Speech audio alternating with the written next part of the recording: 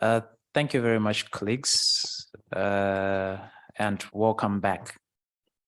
Hello to everyone online. My name is Tapiwa Cheuka from the African Union Commission. We've had from the previous session about this project, which has to do with the regional digital trade restrictions. And I think this session will focus primarily on the African context. So to kickstart, I think I just give a, just a brief background in as far as what we'll be talking about. So just to mention that the African Continental Free Trade Area so far is a flagship project of the African Union Commission, and so far they are almost complete with phase one, which has to do with trade in goods, and phase two, which has to do with intellectual property rights, competition protocol, as well as the investments, is at advanced stages. We have the third phase, which has to do with the digital trade protocol. This is key in as far as our discussion is concerned today. I'm sure you'd agree that e-commerce and digital trade has gotten into the mainstream of quite a number of agreements, regional agreements. We've had about the digital economy agreement, DEA, as well as DEPA. So e-commerce is quite important, digital trade is quite important, and we can safely say that there's been quite a significant growth in as far as digital trade is concerned, and rapid advancement. And we see that countries are getting more and more aligned to the idea of incorporating e-commerce issues, digital trade issues into regional trade agreements. And we can see Africa is not an exception. We can see that the digital trade protocol will be part of the AfCFTA agreement. But we have heard that there seems to be quite a bit of digital fog, which I would want to call, in as far as regulating or the knowledge of digital trade and the knowledge of policymaking in this area. And we see that policymakers are playing quite a bit of catch up with the rapid advancement of the sector itself, and also the complexities which have to do with regulating the sector itself. And we also see, quite recently, we now have ChatGPT, new things which have to do with financial technologies, artificial intelligence. And these are some of the things that policymakers need to think about, how they're going to regulate so as to foster the development of digital trade. And there are more gaps than what has been covered by policymakers. So these are some of the things that policymakers need to think about. And this project clearly gives a platform where policymakers can learn more about what they can do in as far as regulating the digital trade in their countries, and ensuring that there is more integration than fragmentation within the regions. And I can safely say that the first thing is to understand the regulations. And when you understand the regulations, you understand the impact. What Professor Howe was indicating, that if you are able to understand the impact, then you're able to make informed decision or informed policies, relevant policies, which can either foster the development of e-commerce within your country and within the region, or actually kill it. So to help us understand more about the African context, I'll invite Simon to give us more context in as far as the African context and the data which is collected and this project is concerned. Simon? Thank you very much, Tapiwa, for this introduction and the background. And I have to say that you have been yourself involved in this initiative, so you know it very well. And what we are going to be doing now is going deeper from what we talked about earlier in the previous session. The previous session was really a focus on the Regional Digital Trade Regulatory Integration Index, the RDTII. But now we will show you more broadly all the work that we have been doing so far under this initiative. So I will start very briefly by giving you an overview in terms of what we have achieved so far, where we are and what's next. Then we will focus on something that we have not really been talking about until now. It's what are the key findings coming out of the work that the data that we have collected on digital services trade restrictions. And then we will come back, and this is Emmanuel, who is next to me here, who is going to be talking to the third point. We will come back on the regional digital trade integration segment, but she will then go more into details in terms of providing the global insight.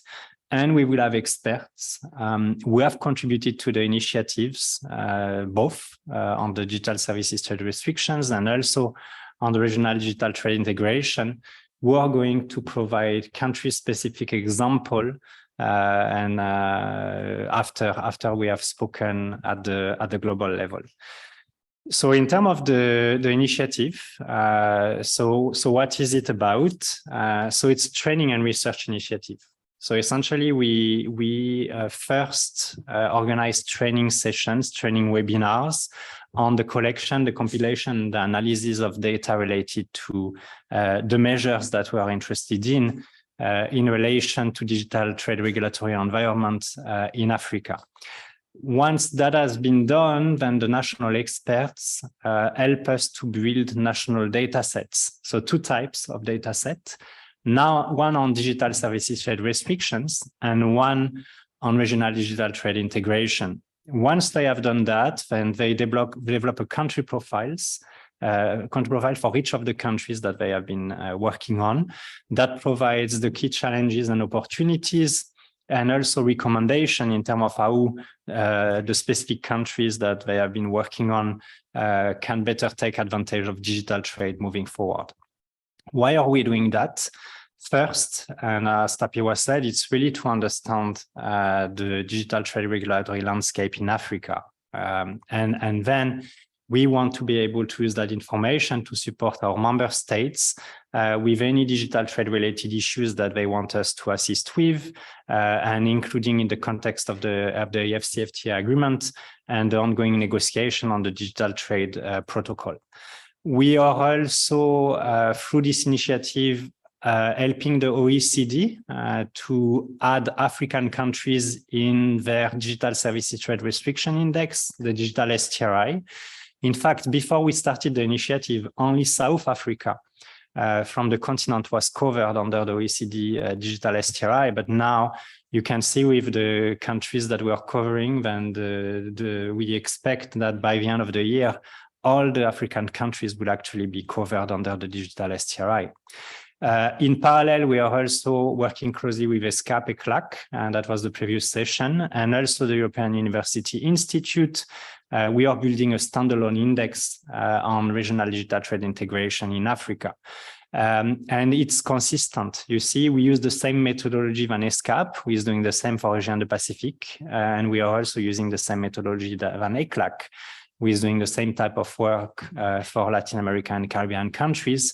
And that methodology is similar to the one used by the EUI, with one difference, is that the EUI has a digital trade integration index using our data collected through ECA for Africa, Asia and Pacific from ESCAP, and Latin America and the Caribbean from ECLAC, and they collect also data for other countries outside of the three regions to come up with a global worldwide index on digital trade integration. But then we differentiate it from them just by bringing in some regional components. Just an example is tariffs.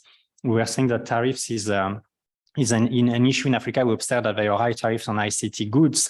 And in fact, on the RDTII, so the global one, it's the African tariffs vis-a-vis the world. So each country's, the tariffs imposed on the import of each African countries vis-a-vis the world, while on regional digital trade integration, for example, we only consider the intra-regional tariffs, so intra-African tariffs on ICT goods. And of course, this information is being made public on the platform that I have shown you before, but in fact, we already have our own platform for Africa. So I will demonstrate in detail what we have there. And we have already an address which is active, which is this one, dtri.uneca.org. If you go there, you will get all the information that we have been collecting so far for Africa.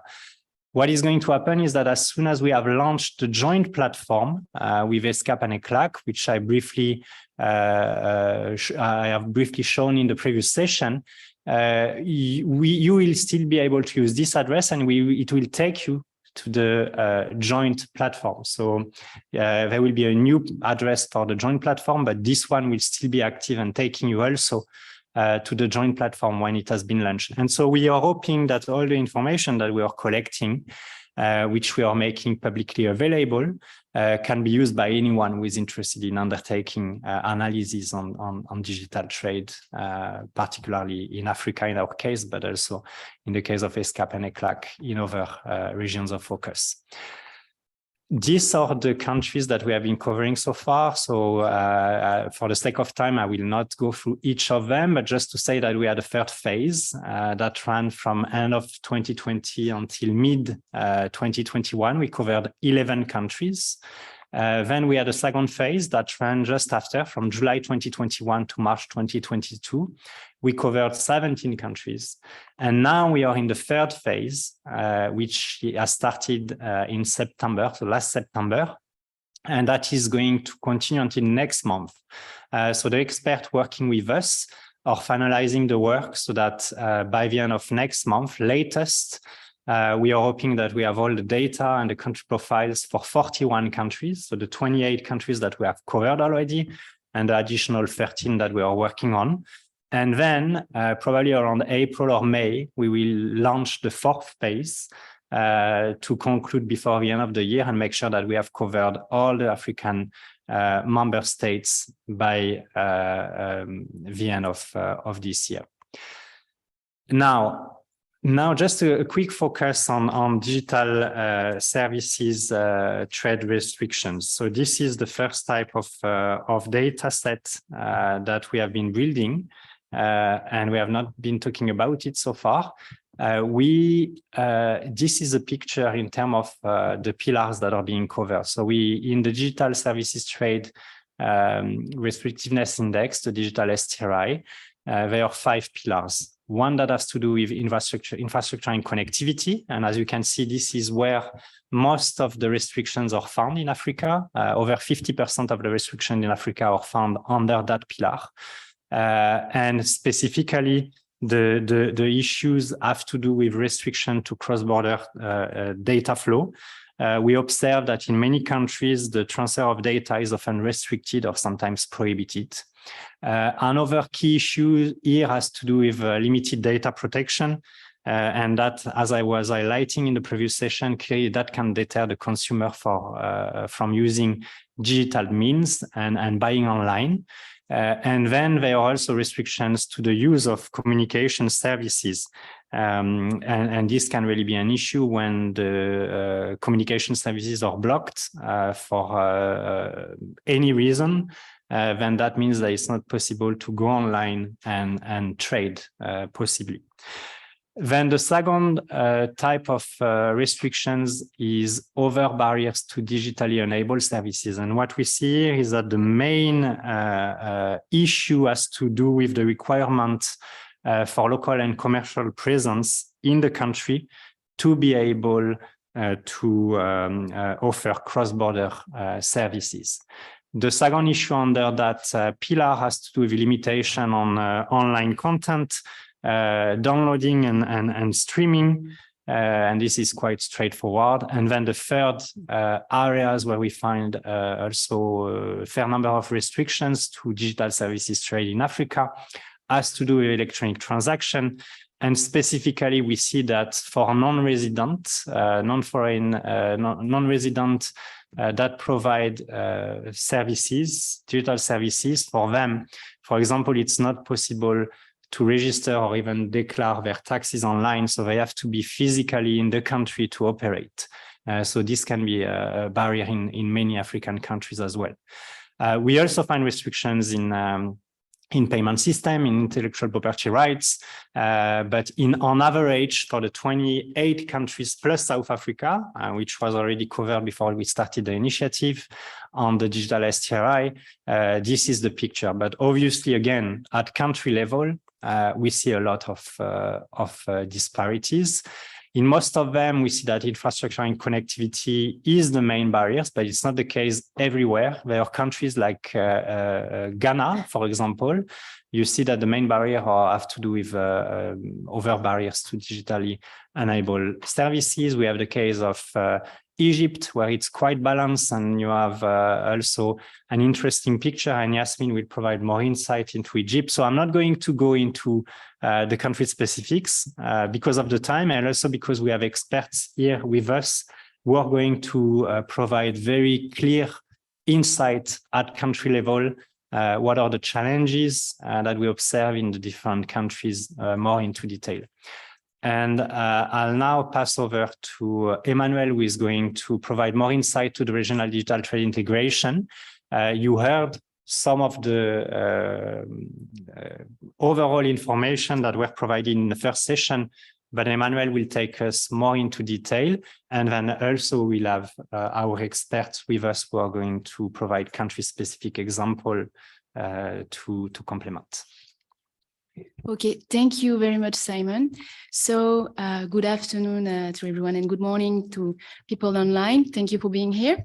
So throughout my presentation today, I will try to give you a brief overview again of the digital trade regulatory environment in the African region, and hopefully making you willing to read the entire version of the report, which has been presented earlier. So the key messages that I'm going to share with you are directly based on the findings of the Regional Digital Trade Index, which is a very interesting tool to understand better and also to compare digital trade regulatory environment of one country or countries, one region or the world. This index has been developed by the 3 UN regional commissions here, and also with the European Union Institute, which is represented today by Martina, and I've seen her online. So as explained in the joint report, this index is built on 65 indicators that are classified into 12 policies or pillars that you can see on the slide here. And each indicator and each pillar scores range from 0 to 1. If we take, for instance, the first pillars, which focuses on inter-African tariff and trade defenses measures applied on ICT goods import only, one of the 4 indicators within that pillar is the following question.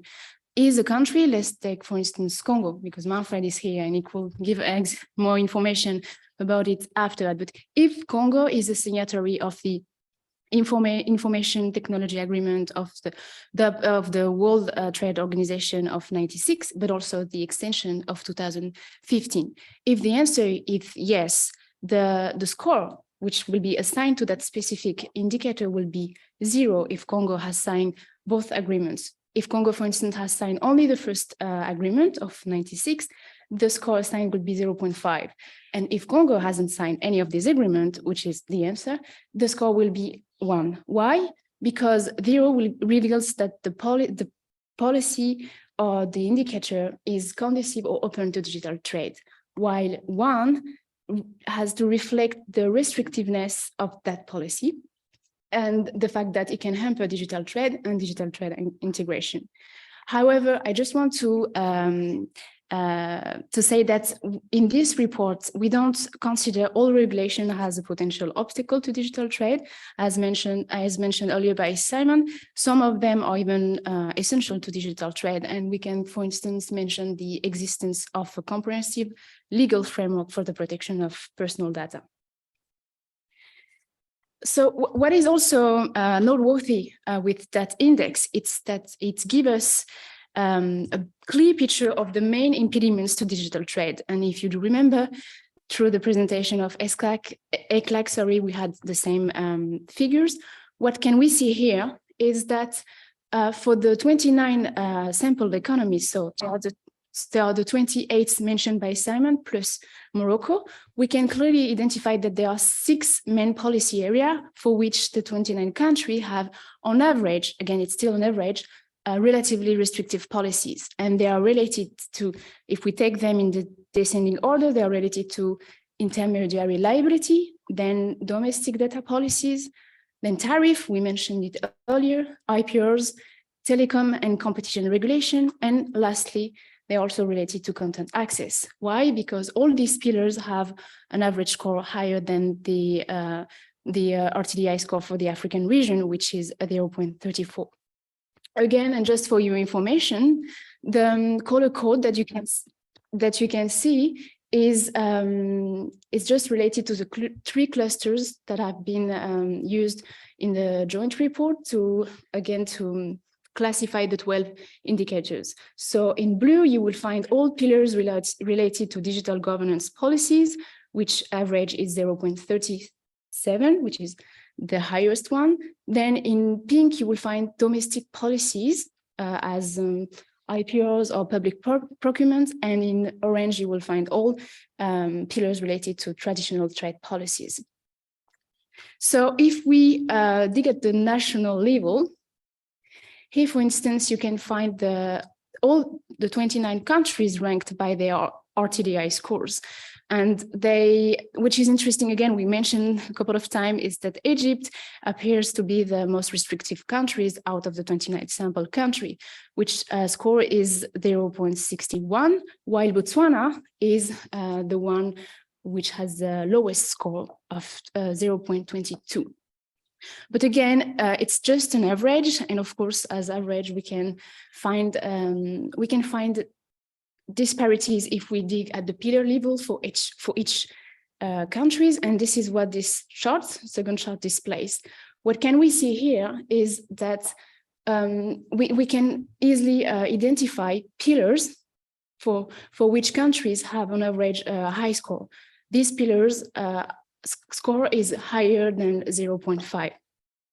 And which is also interesting is that, for instance, if we take Togo, Mozambique, and Lesotho, they have only 2 pillars for which their score is above 0.5.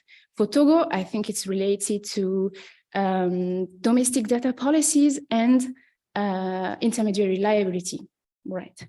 While for Mozambique and Lesotho is more related to public procurement and intermediary liability, if you can see the colors.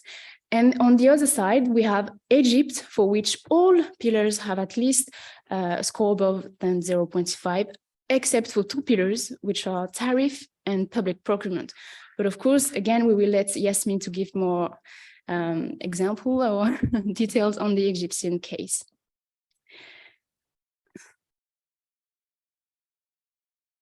Well, so this is the last graph that I'm going to show you and explain you. What does it explain? It explains that thanks to the RTDI index, we can clearly see that there is a regulatory disparity among countries. This graph has been already explained by Simon, so I'm going to be quite brief here.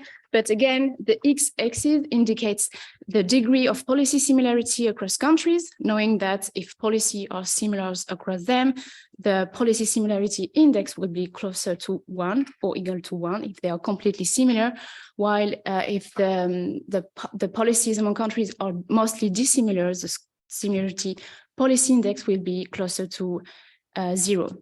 And the y-axis, of course, assesses the pillar's performance for the 29 countries. So what are the takeaways here? again, we can clearly identify that there are two circles here. The green one that include all pillars with relatively low regulations that can limit or restrict digital trade integration, and they are mostly similar among them. On the other side, there is the red circle, which covers all pillars that are relatively restrictive to digital trade, but they have also a relatively high regulatory heterogeneity among them. So this is how I'm going to end quickly these presentations with the key recommendations already mentioned again by Simon earlier, but we can clearly see that there is a need to harmonize digital regulations at the continental level, and this has been already done through the ongoing negotiation on the protocol on digital trade in the framework of the AFCFTA and the African Union Digital Transformative Strategy. But we can also mention key regulatory interventions which are related to tariff again. There is a need to reduce intra-African tariff on ICT goods. And also we could mention that it could be interesting to put in place a framework for intermediary liabilities. And the last one that I'm going to mention, because I think it's one of the most important, it's to facilitate competition in the telecom sectors to draw capital, because we know that telecom sector is the backbone of the digital trade sector. So this is how I'm going to end the presentation, to leave the floor to the experts, who will give more information. Thank you. Thank you very much, Simon and Emmanuel. Maybe if you can.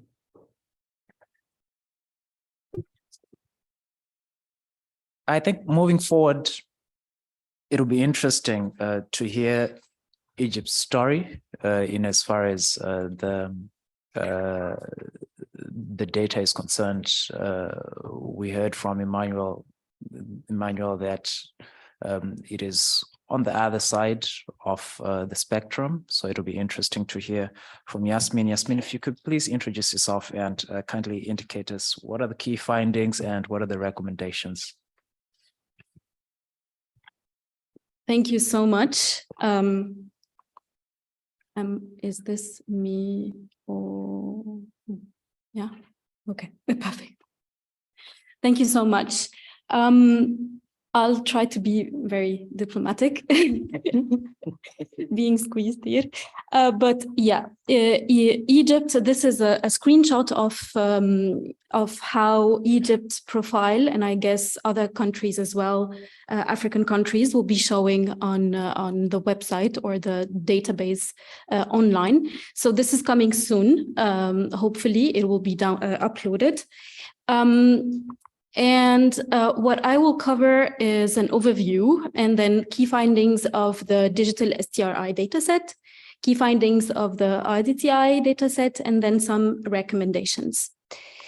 For an overview, this is the latest data that I can find about, let's say, the size of sales of e-commerce of Egypt in 2021. And it moved to $4.9 billion from an original $3.6 billion before the pandemic hits. So we can see that there has been a significant increase for Egypt e-commerce activity during COVID-19. And further increase are estimated by many reports. This is one of the, let's say, down points a bit of Egypt. It's a big market, and it has e-commerce is gaining more importance. However, we don't have a lot of official, or we don't have official reports that can give us figures about sales and market size of e-commerce in Egypt yet. So this is a call for more data on this. Increased e-commerce regulatory activity after the release of Vision 2030 of Sustainable Development for Egypt, and the Egypt's e-commerce strategy, which was put together with UNCTAD in 2017. for Egypt and for this data set, I've covered almost around 70 policy measure or practice. So we can see that Egypt is one of the African countries who is regulating and who has a lot of regulations and policies on the ground being implemented since many years. We have, like, I've covered some legislations that go back to 1970, the 1970s. So this can explain a little bit why Egypt is in the left corner of the score for now compared to other African countries. In my opinion, digital trade and e-commerce constitution, let's say, at the global and regional level is being drafted and negotiated. And for African countries, many of the African countries are catching up with legislations. Egypt is one of the countries who legislated or have given attention to legislations related to e-commerce earlier than other African countries due to how advanced or more advanced compared to other African countries Egypt's ICT sector is. So this can be one of the explanations. And also I invite you to look at UNCTAD mapping of e-commerce regulations. When you look at this mapping, you can see that still some African countries they are mapping 4 areas of legislation related to e-commerce. So transactions, consumer protection, cybersecurity, and privacy. The idea is that some countries have covered 4 areas, others not. And Africa is one of the continents that is still behind other continents when it comes to adopting those 4, at least, legislation that UNCTAD decided that they are key for an e-commerce ecosystem. So this is also another explanation that some African countries, not many now, have not yet adopted e-commerce related legislations. I'll go next. So key findings from Egypt's digital STRI. For Egypt, we could see from that infrastructure and connectivity and electronic transactions that are almost equal when it comes to impacting the score. And when it comes to being more restrictive compared to the other indicators, payment system, intellectual property rights, and it's infrastructure and connectivity and other barriers compared to other indicators. And the main reasons will become more clear in the next slide, and it's related to mainly restrictions that are lowering competition in the ICT sector, and other restrictions that are related to access to online content, video streaming, downloading, and transfer of media content abroad. But also data policies and other digital governance policies. For electronic transactions and electronic payment systems, Egypt has an online taxation system that is being now implemented. And it's one of the areas that is, let's say, being more and more focus of regulation in the coming years, I believe. So compared to others, I'll go back to the slide. Compared to others, we can simply see that Egypt, infrastructure and connectivity are less restrictive than in many other developing countries, African countries. And one of the reasons perhaps is the fact that it's one of the oldest ICT sectors in the country. So it's not now the center of attention compared to other policy objectives, and when it comes to integration as well with African countries.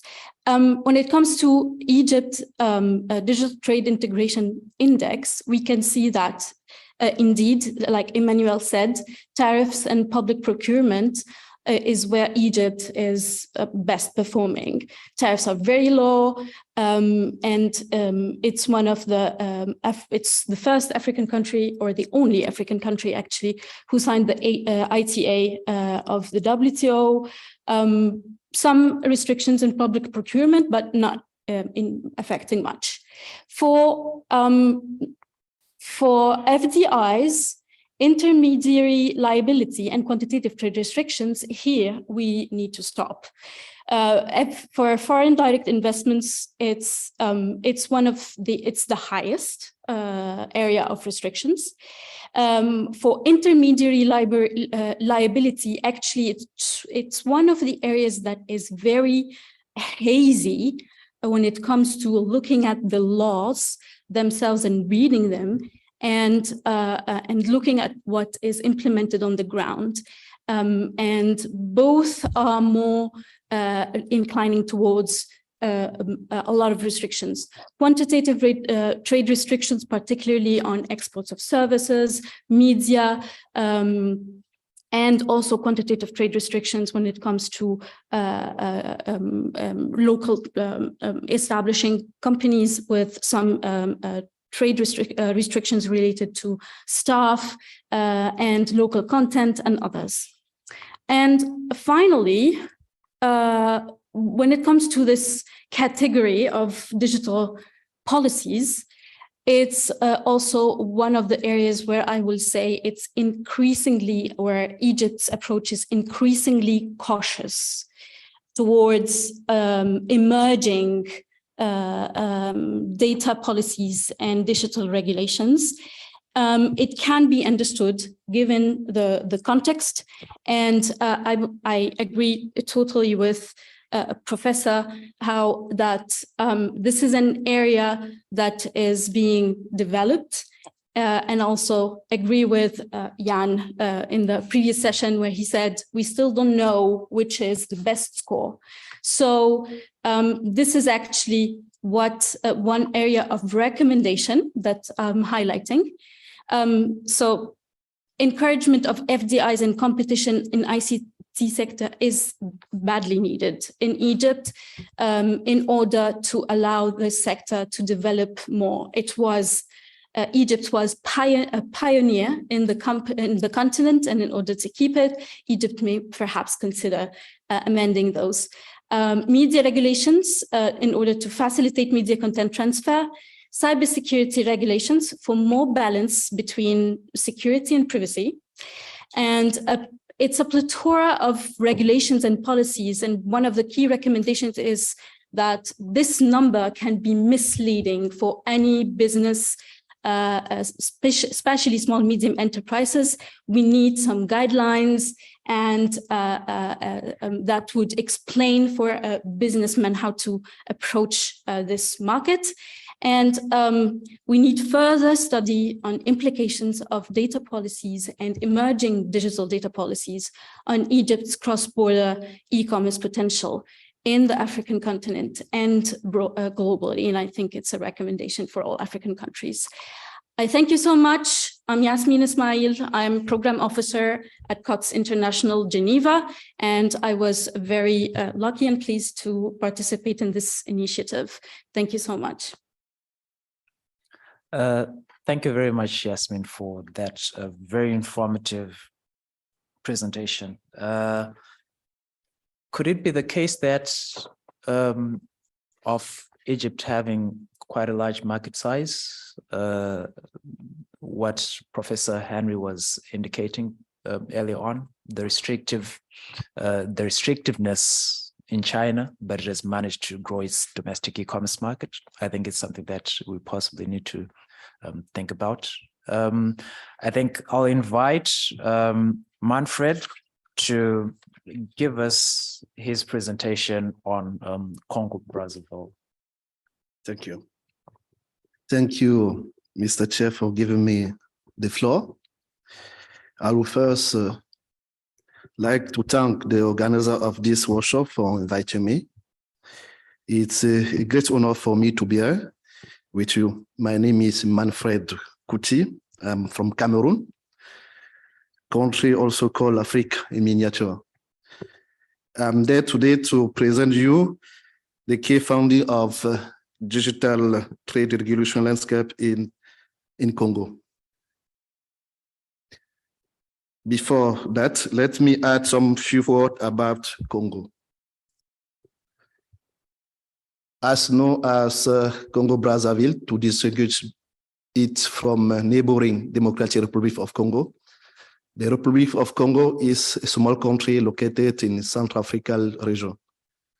The Republic of Congo is a member of Economic Community of Central Africa State, ECAS, and the Economic and Monetary Community of Central Africa, CEMAC. It's also a member of African Union. That's why the country has ratified the African Continental Free Trade Area since February 2019.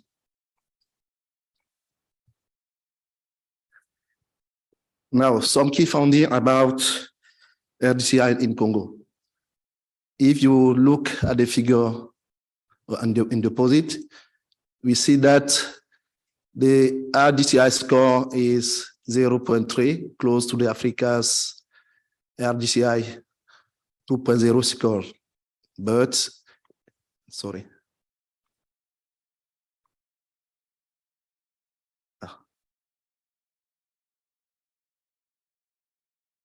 Okay.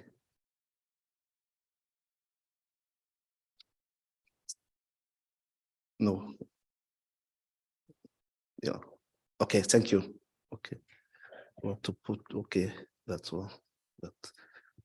Okay, I want to compare with Botswana, the country where the lowest score of RDTII, and Egypt, the higher score of RDTII, like Yasmin say. The low score may be indicator of a conducive digital trade environment is a Congo. As illustrated in the figure opposite, the main impediment to digital trade integration in Congo in this order are essentially technical standard, pillar 11, tariff and trade defense measure, pillar 1, internet intermediary liability, pillar 8.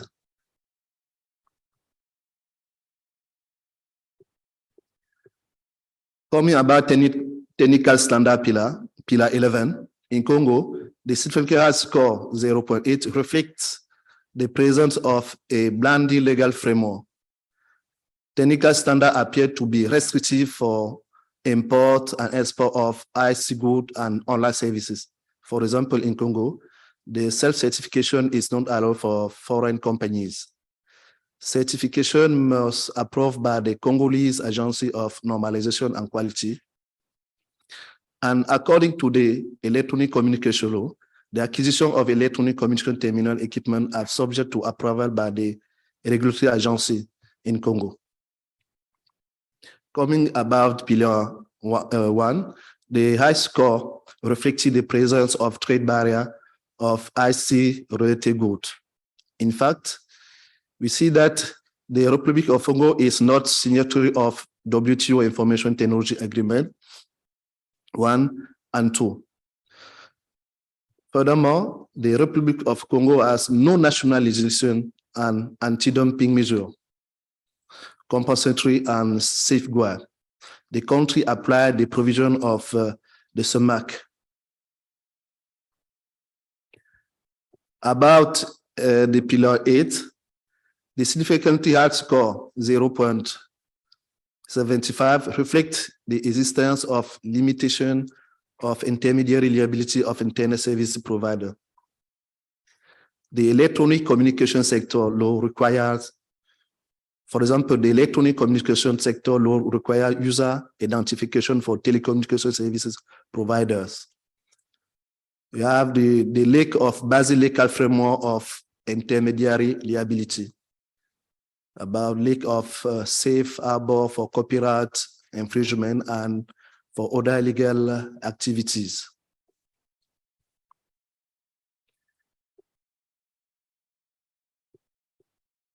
The digital trade regulatory landscape in Congo can be improved by putting in place the legislation on anti-dumping measures, compensatory and safeguard, adopting the international instrument like the WTO Information Technology Agreements 1 and 2, and the ancestral model law of electronic commerce and ancestral model law on electronic signature. Merci beaucoup. Thank you. J'ai pas été trop long, j'espère. Merci beaucoup. Merci beaucoup, Manfred. Thank you for that. Earlier on, someone mentioned that Africa requires, according to World Bank, close to 100 billion of investment in order to achieve universal access from 2020 to 2030. And part of this 100 billion, according to World Bank, should be invested in soft infrastructure and the regulatory environment. And I think this shows that, the data indicates that there is very much needed investments in as far as some of these areas are concerned. I think we'll move on to our next expert, Esther, to give us some key findings on the DSTRI for Somalia. Esther. Thank you very much, Chairman. Ladies and gentlemen, distinguished guests, dignitaries, and all protocol observed. My name is Esther Nali from Uganda Revenue Authority. I am delighted to present Somalia's findings for Digital Services Trade Restrictiveness Index. This research has just been concluded this very year, January 2023.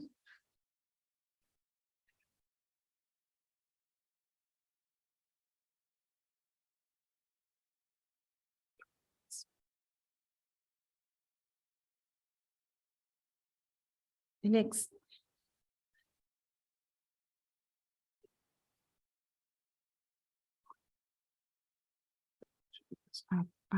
No. Okay. Before I go into the key findings for Somalia's Digital Services Trade Restrictiveness Index, I had to make some comparisons with other African countries on how they are scoring. The research looked at 5 major pillars. Pillar number 1, the infrastructure and the connectivity. Here we have the telecom companies, both the mobile and the landlines. Pillar number 2, we looked at the electronic transactions, where we have the mobile money transactions. Pillar number 3 looked at the payment systems in comparison with the international payment systems, intellectual property rights, and other barriers to digitally enabled trade. For comparison purposes, as you can look at the graph, I picked the major restrictions for digital trade in Somalia. The research assigned scores of 0 and 1, just like in the previous presentations, whereby score 0 means there is no restriction for digitally enabled trade, and score 1 means there is a restriction or restrictions for digitally enabled trade for that pillar, for that country. Somalia scored 0.32 in the area of infrastructure and connectivity, versus her counterparts of Gambia, Namibia, Botswana, Malawi, Lesotho, and Uganda. These countries scored 0.04 as compared to Somalia, meaning these countries have minimum restrictions in the area of digital trade as far as infrastructure and connectivity is concerned. No wonder when Simon was making a presentation, one of the findings was that Somalia's population, only 2% have got internet access. And yet to conduct online trade, you need internet. Next slide.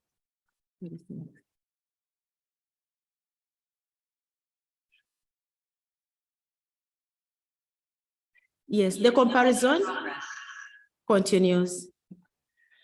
Another pillar where Somalia has many restrictions was the IPR. Somalia scored 0.11 versus Gambia, Namibia, Congo, Botswana, Ghana, Liberia, Togo, Nigeria, Madagascar, Rwanda, and Kenya. According to the research conducted by the various researchers, it was discovered that these countries do not have any restrictions in the area of IPR. I would love to say congratulations to these countries. Next pillar. Going into the country-specific findings for Somalia. Oh, sorry. Wow. Here we are. These are the key findings for the Digital Services Trade Restrictiveness Index for Somalia. Earlier on, I said the infrastructure and the connectivity has many trade restrictions. As you can see from the graph, from the pie chart, the score here for infrastructure and connectivity, where we find the telecom companies, the internet service providers, the data transfer companies scored 52%. And yet we know that infrastructure and connectivity is the backbone of digital trade. Intellectual property followed. The third pillar that scored 14 is the electronic transaction, followed by the payment systems and other barriers to digital enabled trade. Somalia has a national communications authority that has put in place the interconnection regulation, whereby the telecom companies are mandated to interconnect one another to reduce on the cost of conducting digital trade. However, the interconnection law does not provide for interconnection reference offer to be made public. What does this mean? There is no transparency in this area.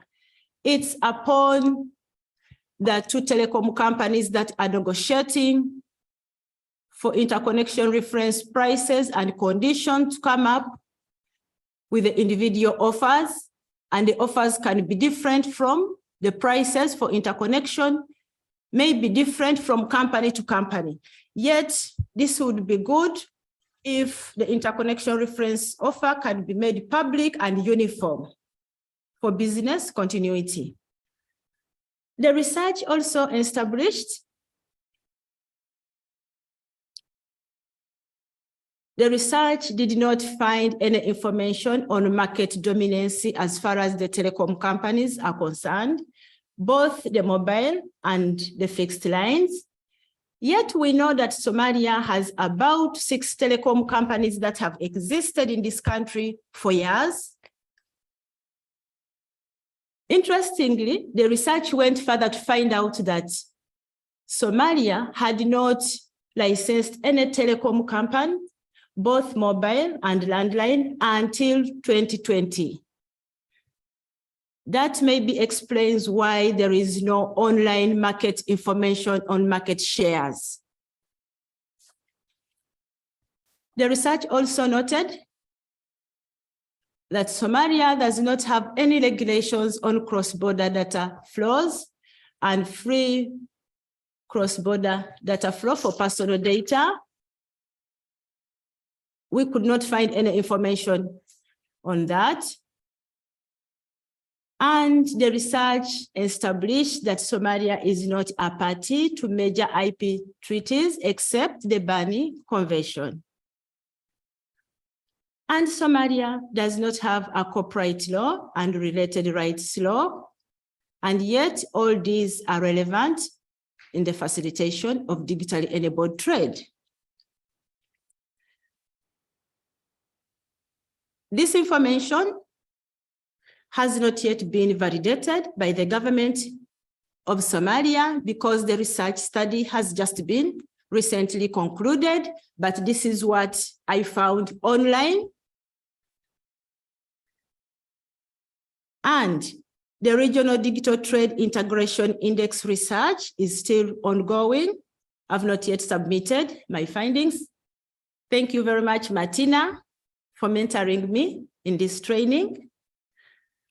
One of the key recommendations that I would give for Somalia is to promote the infrastructure and connectivity pillar. Since we all know that to conduct business in digitally enabled business, we need the infrastructure, we need the internet, we need the data transfer. And if this is done, the rest can follow. And Somalia can also benchmark from other African countries that are doing well in these sectors, such as Rwanda, Madagascar, Ghana, Liberia, and Botswana. Thank you very much to the colleagues who are watching online. I know that very many of you from Uganda are watching. Thank you very much for joining us onto this session. And thank you, delegates.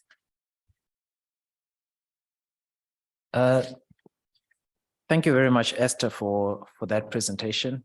I think it cannot be overemphasized that infrastructure, digital infrastructure is key to the development of a digital economy in Africa.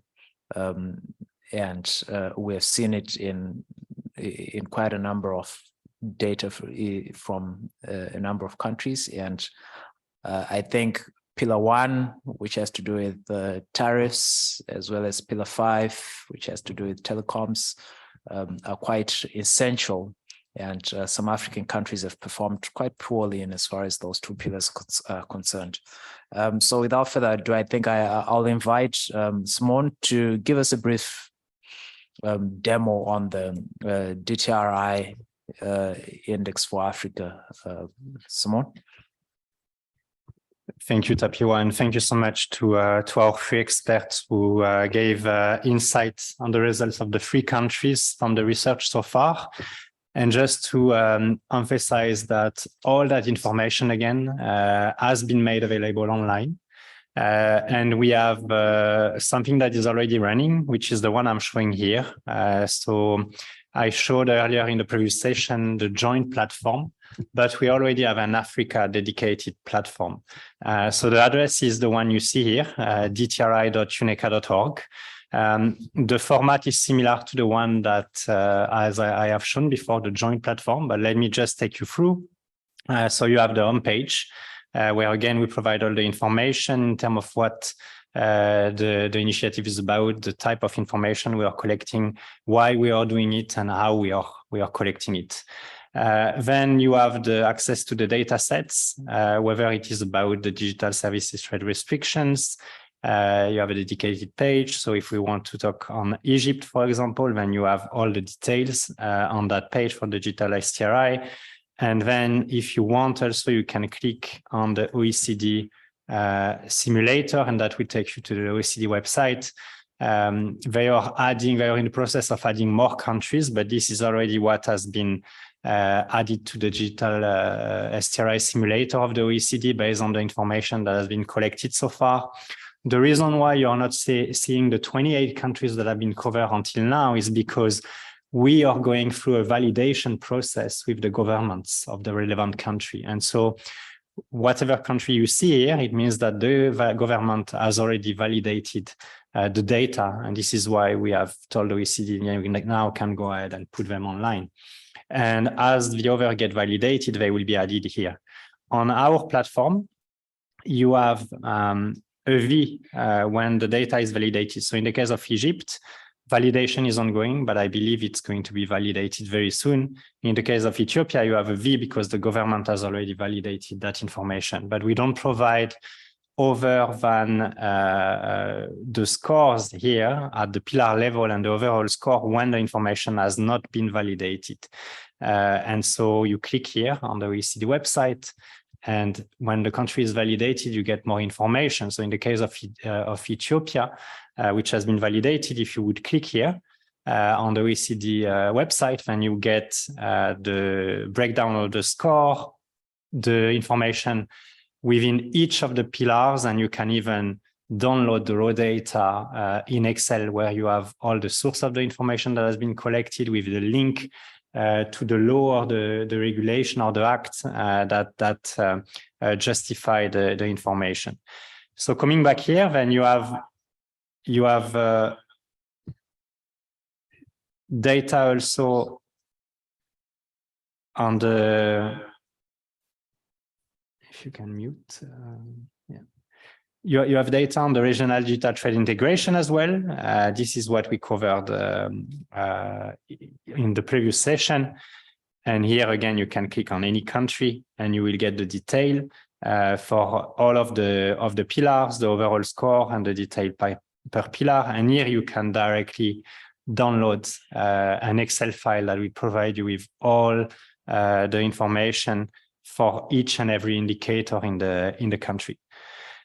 We have country profiles, so they are not uploaded yet. They are being translated in the other language. At the ECA, we normally cannot put online information when it's not at least available in both English and French. So the country profile are all ready, but the ones that are in English are being translated into French, and the ones that are in French are being translated into English. So as soon as this is done, you will have access to them. The partners, again, that are involved in this initiative, the OECD, the European University Institute, ESCAP and ECLAC. Then you have access to additional resources. We will put, as soon as it is out in the next few days, the report that we launch in the first session on the RDTII 2.0, and you can contact us. And so what is important is that moving forward, you will be able to enter this address, dti.uneca.org, and as soon as the joint platform is active, then you will land here, which is our joint platform. So for us in Africa, it's very convenient because we have an existing platform that is simply going to be merged to the joint one that I already went through. And when you will get to this landing page, which is a common page, and then after you will just click on Africa Focus, either here or on the map at the bottom.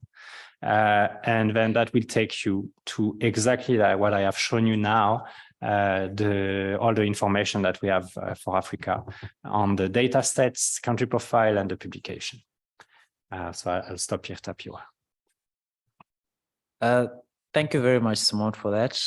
Ladies and gentlemen, fellow policymakers and researchers online in this room, there you have it. This is a great resource so that we can really understand the environment, the regulatory environment in Africa, so that we can actually implement relevant policies that are going to foster development of the digital economy in our countries. And to further understand all this, I think we've come to the Q&A segment. Please ask questions where you don't understand, what you need to know more about, and we'll be happy to give our input. We are privileged to still have Professor Henry in the room, who will be happy to, intervene in as far as the policy and regulatory environment in digital economy is concerned. So questions, please.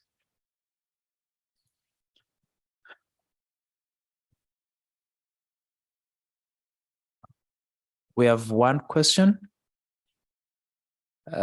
from John Kamau.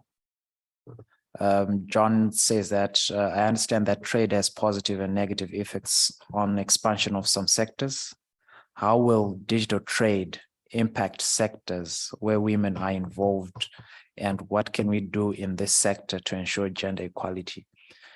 The gender divide, what can be done to ensure that there is gender equality, and how will digital trade impact sectors, digital trade sectors?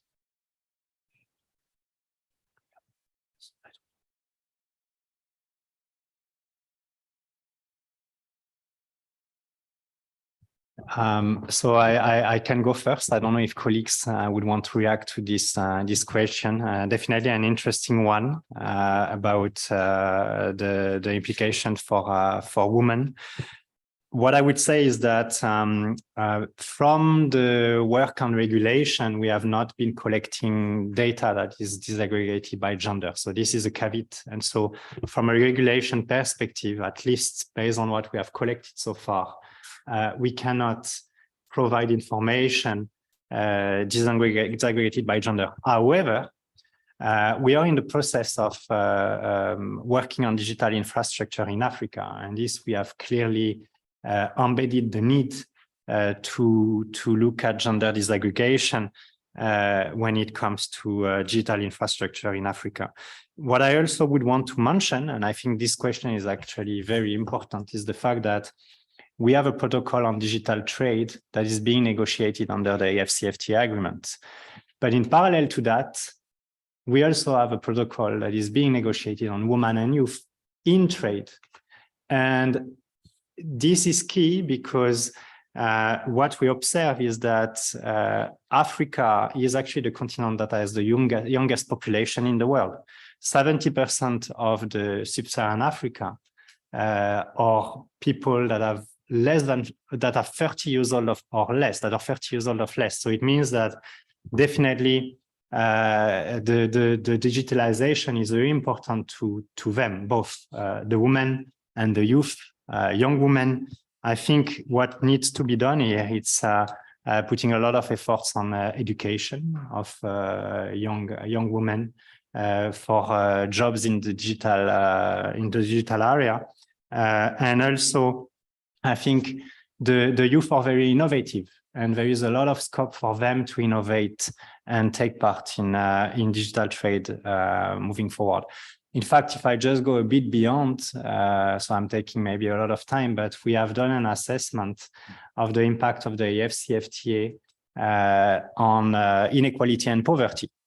And what we see is that the ESCAP-ECA would have a positive impact in terms of reducing inequality and poverty in Africa, although we observe important differentiation across countries. But something that is interesting, because we also work with gender disaggregated data, is that from the findings, the way the ESCAP-ECA agreement is designed today, the women would tend to benefit less from the implementation of the ESCAP-ECA agreement than the men. That's what we observe.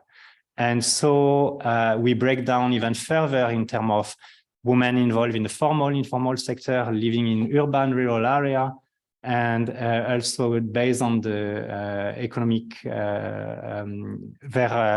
occupation. And so what the studies show, the study that we have done show, is that if you're a woman working on informal sector, living in rural area, and with a low level of education, then it's very likely that you may not benefit so much from the ESCAP-ECA the way it is designed so far.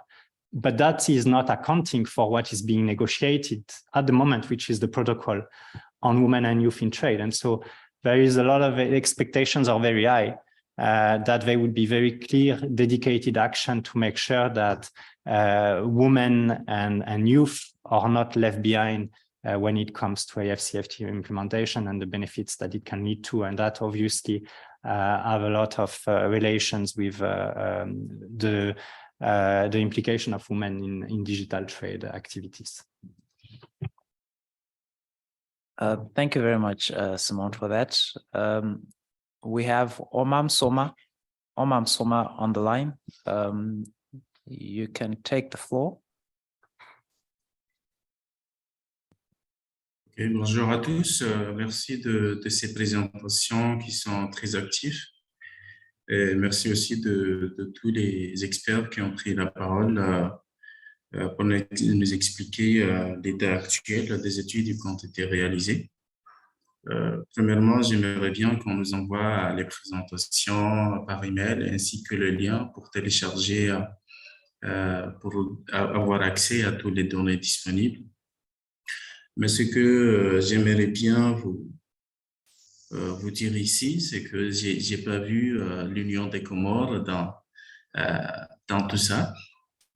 Et pour moi, je me demande, est-ce que c'est parce que nous sommes isolés du continent ou bien parce que vous étiez à Madagascar, j'ai vu que vous avez fait référence de Madagascar et nous sommes côte à côte et pourquoi pas aux Comores.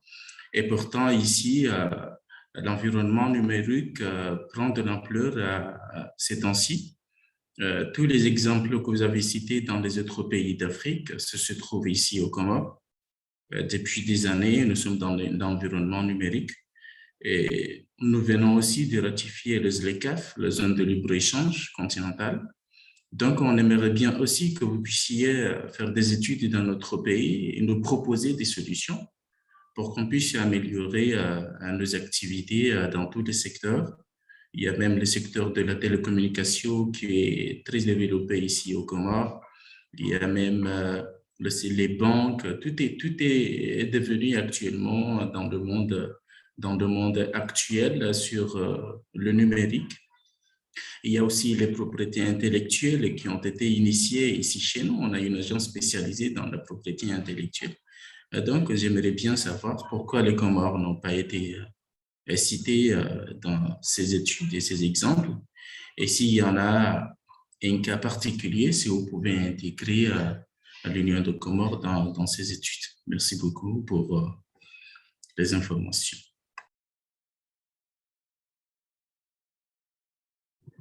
Merci beaucoup, Monsieur Omar. Je voudrais vous répondre en français, mais je vais répondre en anglais tout simplement parce que dans la salle ici, il n'y a pas l'interprétation, mais l'interprétation est en ligne. Ça veut dire que si je parle en anglais, les gens dans la salle vont tous comprendre et vous comprendrez également via la traduction sur la plateforme. Donc, je vais répondre en anglais. So just to for the ones in the room who didn't necessarily get the question that you asked in French, just to say that first you asked that we share the link of the platform, and just to reassure you that all the presentations, including the link to the platform, will be shared with you after this, so you will get them in the next few days. This is something we will do, of course. And then you ask a very pertinent question: is why didn't we present anything on Comoros? And the reason is simply that it's not an omission. We will do the work on Comoros. So we have been going in phases. The first one was a pilot phase where we wanted to see, exactly the type of information we could get, how useful that could be, and we selected 11 countries. How did we go about selecting those 11 pilot countries? Simply, we put out a call for application. In 1 week, we got 350 applications. We ranked them, and then we took the top applications, which were the 11 countries that were covered in this initiative. Then we had a second call for application where we selected 17 countries. This was based on the budget that we had, how many countries we could select. And then now we are working on another 13 countries. Comoros is not part of them. We are going to finalize the work next month, but I can assure you that in the next phase, which we are planning to launch around April or May, we will put out a call for applications again, and for the 13 countries that we still have to cover, and Comoros will be there. So I can tell you that the plan for us is to have been able to cover Comoros by the end of the year. So it's very important to us to have all the African member states covered as quickly as we can, and we commit to do that by the end of the year, and Comoros will be in that last and fourth phase of the initiative. Thank you. Thank you very much, Simone, for that. Maybe I could reach out to Professor Henry. You mentioned, Professor, earlier on that some countries want to go the route of China being a bit restrictive. And we have seen from the data, the African data, that we have countries that are more restrictive and doing quite well. Example, Egypt. And we have some that, you know, are a bit more open. Botswana is an example, but not, you know, doing quite well. And so what model should African countries take when it comes to digital regulations in as to, you know, foster the development of e-commerce and digital trade in their countries?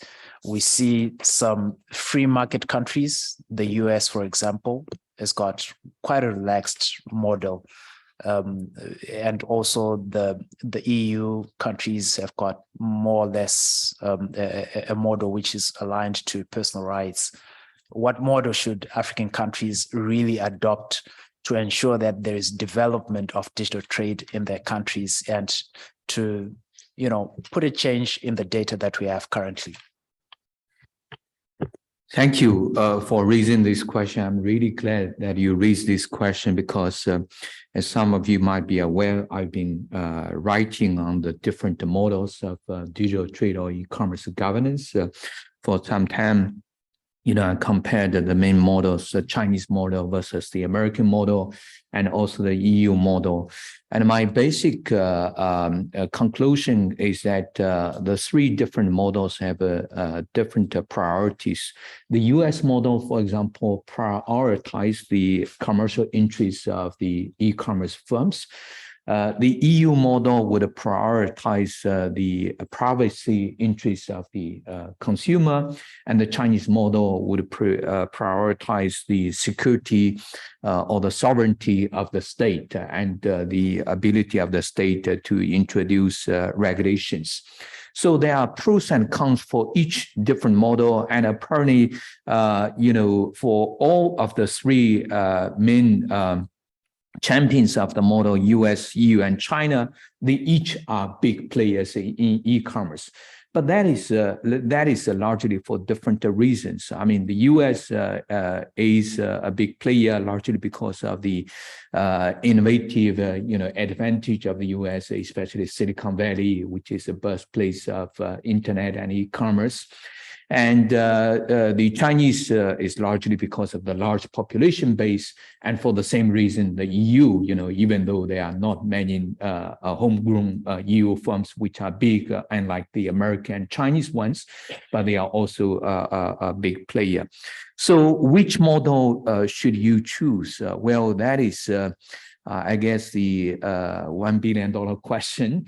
And my answer is for most smaller development countries, a typical development country that is, you know, has a small population base, a few million people, you know, and at a low level of development, I would probably see the Singapore model, you know, rather than any of the three model. You know, so you see Singapore, you know, which is a small city-state of only 3.5 million citizens, but it has been doing extremely well in terms of e-commerce. So since we are here, you know, in Southeast Asia, so many of you probably know that Singapore is the hub of e-commerce in Southeast Asia.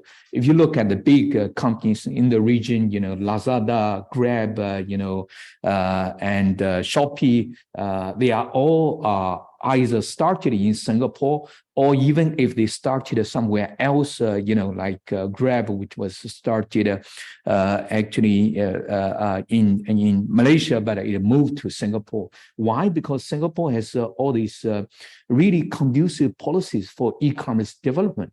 And also another advantage, I mean, many of these policies are already addressed in the presentations and the reports, so I won't waste time and repeat them here. But I also want to note that Singapore also is very successful in leveraging the potential of the region rather than just one country. Because if you look at the domestic market of Singapore, very small, just 3.5 million people. I mean, even though Singapore has a very high per capita GDP, but even with that, still a very small market. So Singapore is not content to just being an e-commerce market on its own. Instead, it wants to be like the base, for these regional platforms. So if you look at Grab, Lazada, Shopee, I mean, they are not really restricted to Singapore. They are indeed to serve the region, Southeast Asia and beyond, So I think that is a really important lesson for developing countries. I would really encourage developing countries to try to team up with each other, because I mean, each of you might have a small market, but if you team up, and try to have a few firms which can operate freely within, your countries, then this would greatly expand the market and greatly improve the growing space for all these companies. And also, I hope that these countries can coordinate their policy response, so that they can all together, develop a conducive environment for e-commerce development. I think those are the most important lessons provided by Singapore. Yeah.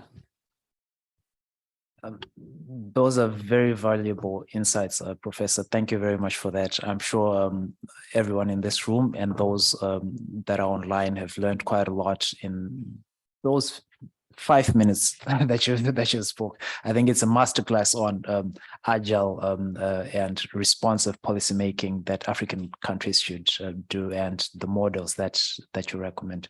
Do we have another question, Simon? Yes. Yes, no, thank you, Prof. Gao. I think it was excellent example, and it's useful to learn from what other countries are doing in other regions, and that definitely something that we should keep in mind. And I'm saying that because there is a question now on the chat, so it's in French, but essentially the question is, what approach would you recommend in the ongoing negotiation on the protocol on digital trade in AFCFTA agreement? And I think some of what you said could be good takeaways in terms of what the African member state could consider in the negotiation to create an enabling environment for digital trade. If I want to focus on the research to respond to this question, what is coming out, and especially from the publication that we have launched earlier today, the RDTII 2.0, and I would take you back to the recommendations. You will have them on the slide, but I will maybe elaborate in the AFCFTA context first. And we said it, one of the starting points is the fact that we see that there are high tariffs on intra-African trade of ICT goods. And there is still room for opportunity here, because the countries have put forward, the ones that have ratified, and even the others, but at least the one that have ratified and supposed to start implementation, they have put forward lists of their tariff offers and what they want to liberalize. So they have identified 90% of the tariff lines that they want to liberalize rapidly, so between 5 and 10 years, depending on if they are developing countries or least developed countries. But it means that there is that remaining 10%, and that remaining 10%, which still needs to be agreed at country level. You have 7% that would be sensitive, so it means they will also be liberalized over a longer time frame, 10 to 13 years, depending on the level of development of the country. And then you have 3% of products that are going to be excluded from liberalization. And so the first finding from the results tells us that we should make sure that when the countries finalize their tariff offer, they do not leave any ITC good on the excluded list because they need to be liberalized. That's what we see. Tariffs are too high in Africa, so there is need to liberalize ICT goods, and there is room for that under the AFCFTA agreement. The second point is, again, to put in to facilitate competition on the telecom sector, and that includes procurement. We have had examples even in other countries where procurement is actually not open to foreign bidders. So there are a lot of countries in Africa. If they have a bidder from the continent, then they will definitely go for a bidder from not from the continent, from within the country. They could first broaden it from within Africa in the AFCFTA context, for instance. So this is something that could be considered as well. And also, I think the management of content access, if they could be a more coordinated approach on how content access is managed throughout the continent. This is something that would be quite important, as well as, again, adopting a common continental framework for the protection of the consumers. Thank you very much, Simone, for that. Ladies and gentlemen, I think it is time for us to wrap up and close. We are behind time. There's another session which needs to take the room. So I think in support of African countries, the digital economy and digital trade, the African Union Commission has got quite a number of policies that they're currently pursuing. We have the digital transformation strategy for Africa. That one has already been endorsed and adopted by the African Union. We also have the African Union e-commerce strategy, basically which dissects the ecosystem into several components and recommends to member states what they should do in each sector. And we also have the Continental Data Policy Framework, as well as the harmonization strategy for policies and regulations for Africa's single digital market. So these are some of the instruments that we have in support of the growth of digital economy in Africa. And I would want to mention that, or recall what Simon indicated, that internet penetration in Africa is below 50%.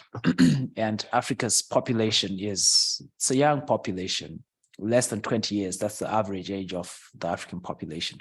So there's quite a lot of potential in as far as the growth of digital economy in Africa and driving development in Africa, with the IFC and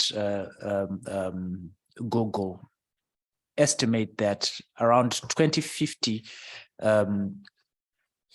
over 700 billion of GDP will come from the internet economy, and around 2025, around 180 billion will come of Africa's GDP will come from the internet economy. So there is quite a lot of potential in as far as that is concerned, and we need to ensure that the data that we have now will change in the next 2 to 5 years, because the movement of the rapid advancement of digital technologies is going to force us to ensure that, we change our policies, policy reforms, and regulations, and ensure that there's growth.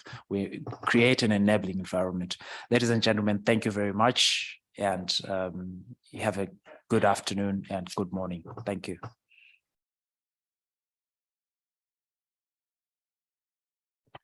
Thank you so much, Tapiwa. Just before everyone disconnect, I just want to thank you, Tapiwa, for accepting to moderate the session and come all the way to here. It's very important for us that the African Union Commission was associated with the session. All the speakers, Yasmin, Esther, Manfred, Emmanuel, thank you so much. Prof. Gao, thank you for staying with us and the very insightful comments that you have shared, and the experience of Singapore that I think is a great example that a lot of countries can learn from. Everyone else in the room, of course, everyone online. We have had 70 participants throughout. It has been very stable. So thank you so much, especially that it's early still for some of you in Africa, particularly West Africa. And thanks to ESCAP colleagues who are here also, and to allowing us to host this session as part of the the broader workshop that is being organized here in Bangkok for today and the next 2 days. Thank you everyone.